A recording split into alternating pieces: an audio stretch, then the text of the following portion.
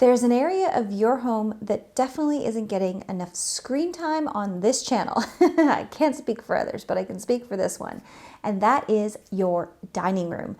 The dining room can be a hub of the home if we make it inviting and a space that we want to entertain in.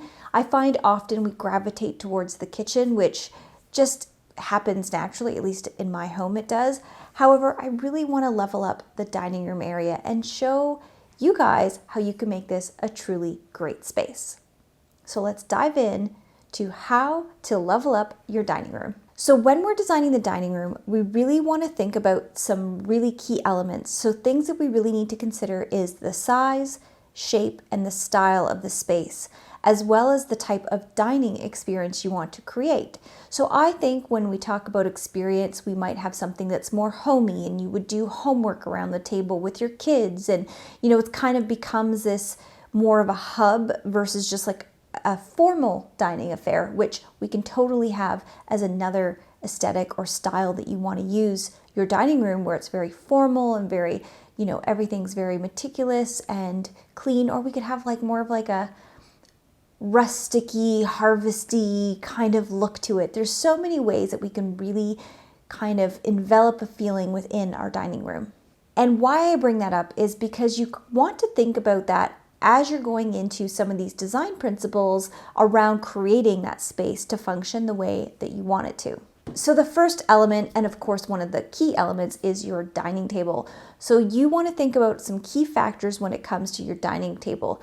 Number one is scale and proportion within that space. You want to make sure that it's not too oversized for the space or too small where it actually kind of feels like it's floating and a bit strange.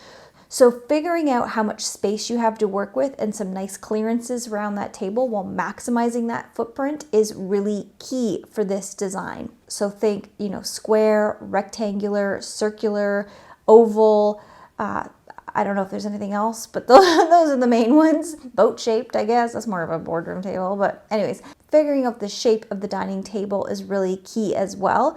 I find some rooms, especially like in a classic, a more traditional home, a rectangle or a square works best, just depending on the footprint. And then in, more open concept, you can get into those larger circular tables, which do tend to eat a big footprint if you need it for, 6, 8 plus people. If you just need it for 4, that fits in a lot of different spaces. You also want to think about the type of seating that you're using around your dining table. This is important because some, say more minimalist, say you have a sleek chair, will have a smaller footprint than say something that's more traditional or upholstered that might have a wider frame and a wider upholstered seat to it, or something that's just a bigger scale. So thinking about the type of seating that you want to incorporate is also really good and useful for your planning. So thinking about stuff like, do you want to go with a wood table? Do you want to go with a glass table? Maybe, a metal or a solid stone table. So there's lots of different types of table materials that you can look at. So you want to start thinking about, what do you gravitate towards? Pinterest is a great one to kind of find inspiration around this. So lighting is a really, really important factor in your dining room. Creating ambiance really speaks to not just your dining room, but your home overall, and will help give it a really good vibe.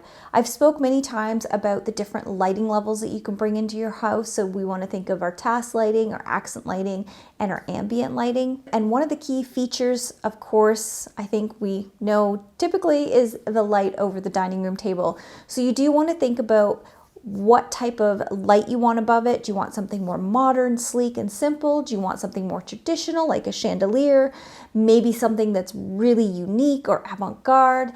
You really want to think about this lighting fixture, because typically in a dining room, that lighting fixture is really going to have a lot of presence in the space. So I think it's important to really think about your lighting.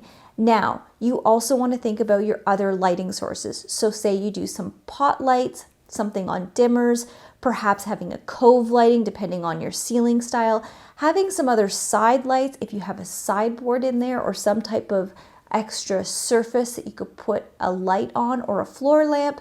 So you want to think about all of those, as well as When you're entertaining guests, do you usually have some candles? Do you usually have some other type of low-level mood lighting? So that's all really important when you're thinking about your dining room lighting.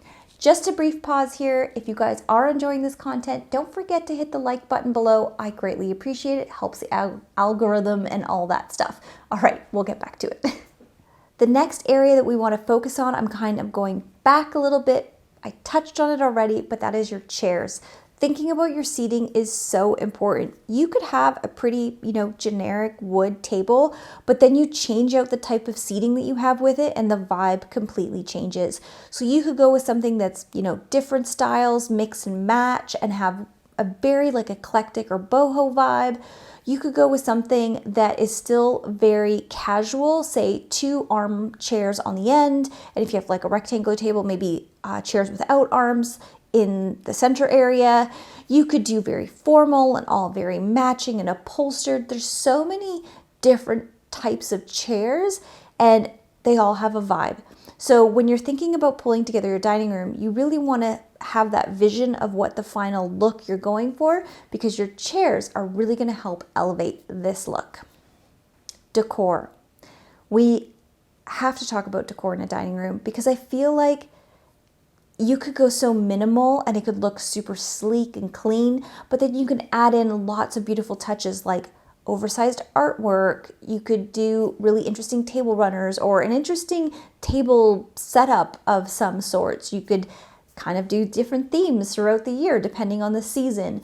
Bringing in flowers and candles, thinking about our curtains and our drapery and fabrics. I feel like a dining room is a great space to add that layers in. If you have a beautiful display cabinet or a curio cabinet of some sorts, you could, have something on display in there, whether it's a theme or some, if you're more of a maximalist, maybe you have a bunch of different things you've collected over time, or just beautiful glassware and dishware, which I know we don't do as much, but you never know. Maximalists kind of like that stuff. Or a really low buffet where you just have that sideboard buffet that you can put out food for an event, but when you don't have an event, you have stuff styled on it, stores your linens and all that kind of stuff, maybe your fancy silverware. There's lots of ways to add in really interesting touches through decor. Ooh, I just thought of one, and a bar cart. Oh, I love those little bar carts in the side of your dining room that's just kind of off with all your stuff in it. Just looks really nice. Even if you're not a big drinker, you can use a bar cart to showcase other things, maybe some fancy waters or something, but it's definitely something that you can bring in from a decor aspect. And I think you really don't want to forget about adding in all those little personal touches into your dining room. So when it comes to your dining room, we want to think about the color palette as it reflects through the rest of your house. Now, what I love about the dining room is a lot of times when I'm watching certain, design shows, you'll see that they do a bit of a punch in the dining room because often it is a separate room. And I think that's really fun with a dining room that you can embrace is doing, a partial panel with a really bold print or doing a bolder color. You can kind of make the dining room a little bit more moody from the rest of your house. So let's say you have a fairly neutral theme, but you just deepen it a bit when you go into the dining room. Now, if you have an open concept space where your dining room is kind of just a part of your living room, that might not work so much, but it still is a really fun space that you could bring in maybe some interesting color and accents through the chairs, through a rug, through different pieces that can really bring in some interesting touches to that space. So, and I touched on this already, the last point that I want to cover about your dining room is your flooring. Now, I typically see nowadays that we just do the same flooring throughout. We rarely see a breakup of flooring throughout spaces. So I would say with a dining room, keep it consistent with the rest of your home if you are updating your flooring. The one thing that I think it's a very personal preference is whether or not you like having an area rug. I personally don't do a rug in the dining room, and mostly because I just feel like the minute something spills on it, it's just going to be a nightmare to try and get that thing out from under there, get it properly cleaned, or if there's any moisture that sits on the hardwood floors underneath. So for me personally, I don't love the area rug, but that's more from a cleaning standpoint. The reality is I do like how an area rug can soften a space and make it feel warmer and more inviting. Now, if you are going to do an area rug, say on top of your hardwood floors or stone floors or whatever type of floor that you have, if it's not carpeted, I would suggest that you really want to make sure the area rug is sized accordingly. So you want that area rug to go beyond all of your chairs. You don't want your chairs like half on, half off of an area rug. It really does need to be big enough. So that is my one key takeaway if you want to do an area rug in your dining room, is make sure that you size it appropriately.